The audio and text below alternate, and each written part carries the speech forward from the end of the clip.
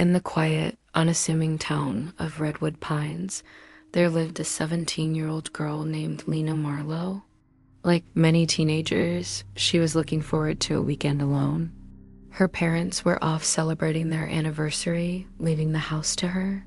The plan was simple and familiar: a quiet dinner, maybe a movie, and then some late night scrolling on her phone before drifting off to sleep. Nothing out of the ordinary, or so she thought. Her bedroom was her sanctuary, a cozy space with soft, warm lighting from a single lamp on her nightstand. The walls were covered in posters of her favorite bands and photos of her friends. Across from her bed stood an old, imposing closet with heavy wooden doors.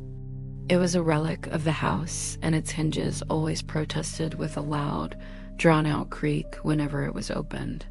Lena had grown so used to the sound, she barely noticed it anymore.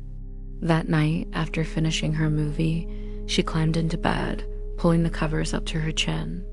She turned to face the wall, her back to the rest of the room, and let her eyes flutter shut.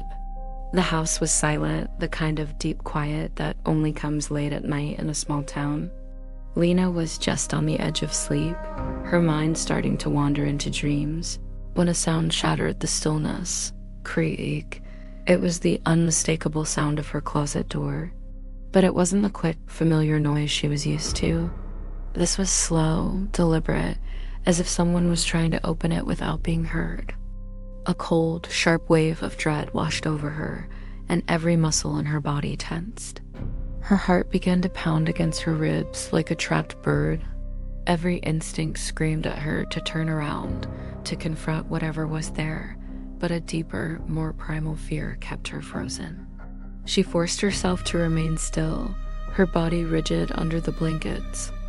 She controlled her breathing, making it slow and steady, mimicking the rhythm of deep sleep.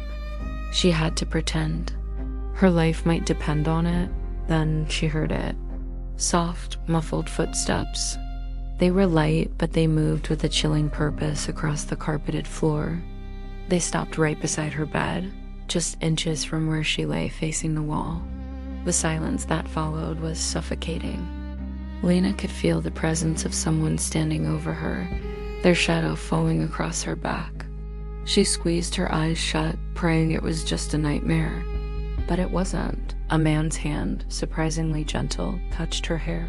Her blood ran cold.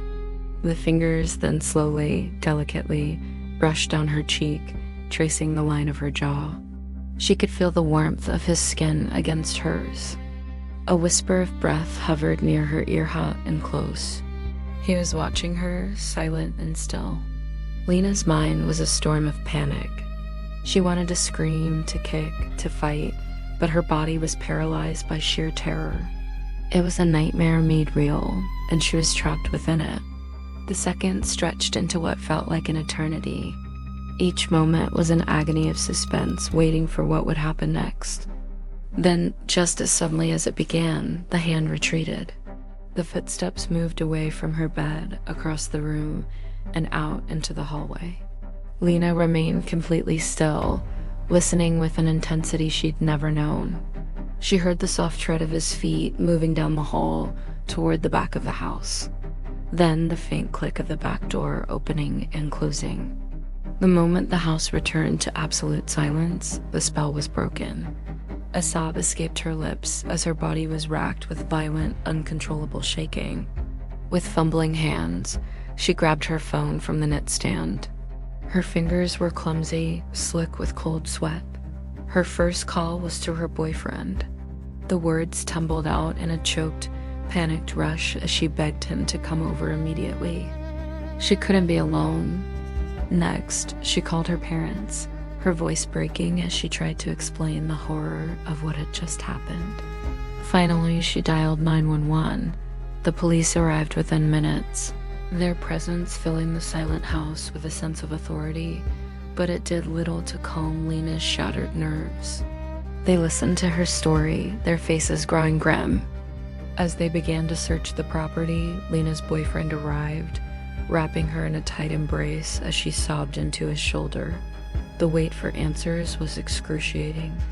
What the officers found was far worse than Lena could have ever imagined.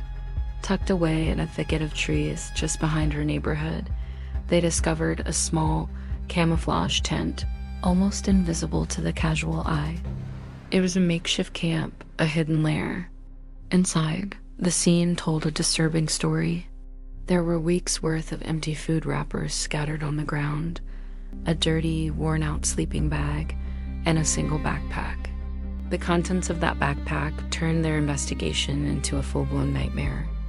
They pulled out several articles of Lena's clothing, a t-shirt, a pair of socks, a scarf, all stolen from her home. Then came a notebook. Its pages were filled with dozens of crude but detailed drawings of Lena. Lena in her room, Lena walking to school, Lena with her friends. It was a stalker's diary, a chilling catalog of her life. But the most terrifying discovery was at the bottom of the bag, a small handheld camera. When the officers reviewed the footage, their blood ran cold. The memory card contained hours and hours of video. It was all footage of Lena sleeping peacefully in her own bed, completely unaware that she was being watched. Filmed from the foot of her bed, from the doorway, from the very spot where the man had stood just moments before. The investigation soon revealed how he had been getting in.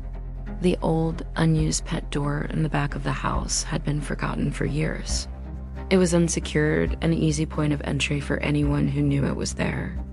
The police couldn't say for certain how long the man had been coming into her home, how long he had been watching her, hiding in her closet. But the dates on the video files suggested it had been happening for months. Months of her life, stolen and recorded by a silent observer who lived in the shadows of her own home. Lena was no longer safe in her sanctuary.